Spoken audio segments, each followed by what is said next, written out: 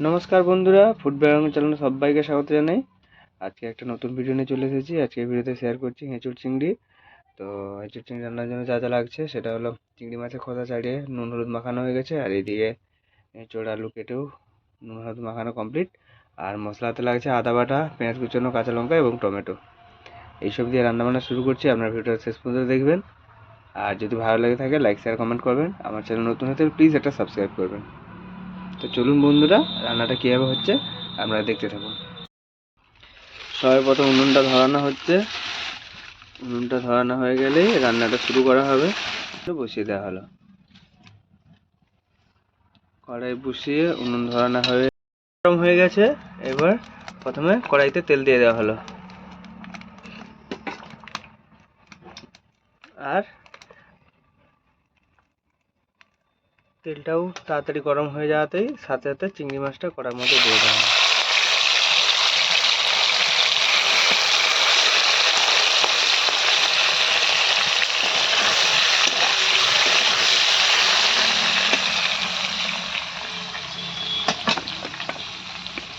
আর জ্বালানির আগুন এদিকে উঠে উপর দিয়ে চলে যাচ্ছে।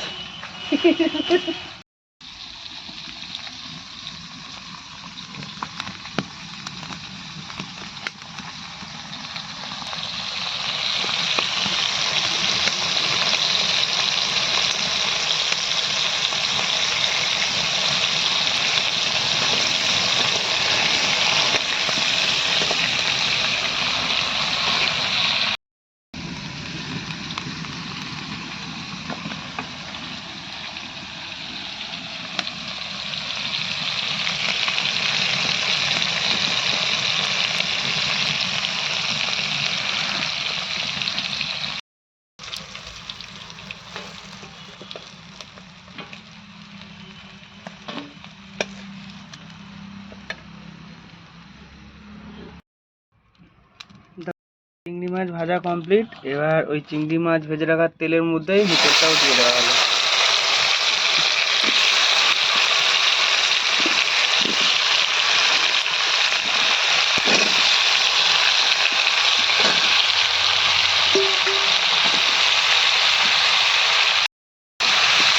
ওই তেলেই এঁচোড় আর আলুটাও ভেজে নেওয়া হচ্ছে।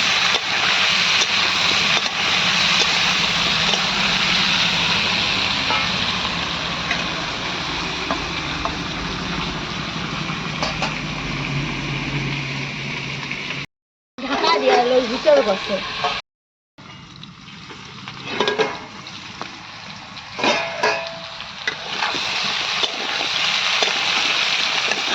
ভাজা হয়ে এসছে।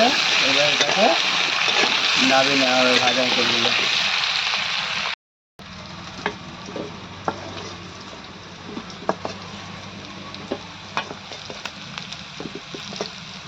এঁচোড় ভাজা কমপ্লিট। এঁচোড় আলু একসাথে ভাজা হয়ে গেছে। এবার ওগুলো ভেজে নামিয়ে নেওয়া হচ্ছে।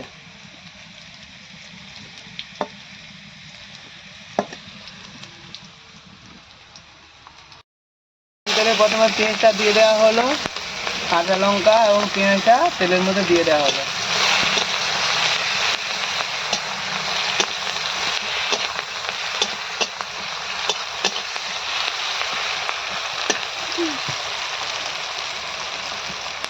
পেঁয়াজটা একটু ভেজে হওয়ার পর তার উপরেই আদা বাটা অ্যাড করে নেওয়া হলো। পেঁয়াজ ভাজা হওয়ার পর লঙ্কা গুঁড়ো আর হলুদ গুঁড়ো আর স্বাদ পরিমাণে একটু লবণ দিয়ে ভালো করে মশলাটাকে কষিয়ে নেওয়া হবে।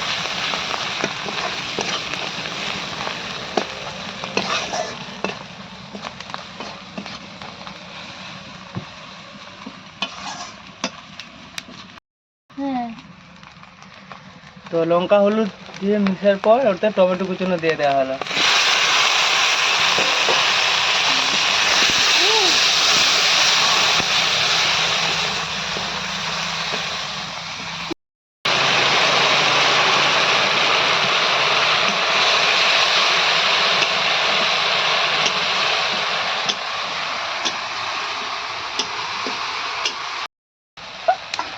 ওই এদিকে ভাতের হাঁড়ি বসানো হয়ে গেছে, আর ভাতের হাঁড়ি থেকে কিছু গরম জল তুলে নেওয়া হয়েছে এই রান্নাতে দেওয়ার জন্য।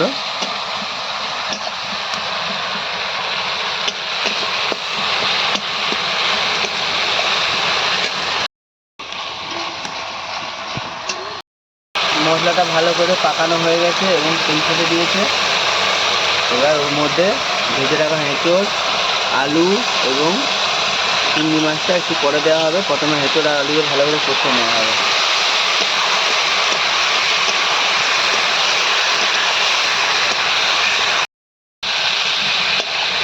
মশলা দেওয়ার পর ভালো করে পাকিয়ে নেড়ে চেড়ে আরও ভালো করে কষে নেওয়ার পর জল দিয়ে দেওয়া হলো।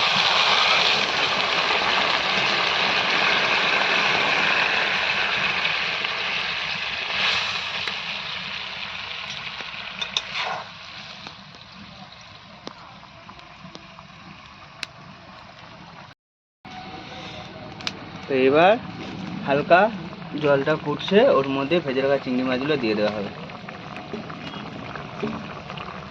দিয়ে এটা কিছু একটা ঢেকে দিলে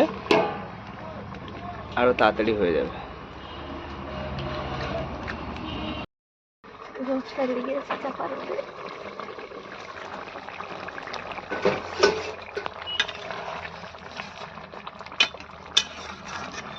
রান্না কমপ্লিট। প্রায় মিনিট 20 ঢাকার পর এটাকে আস্তে করে এবার নামিয়ে নেওয়া হবে।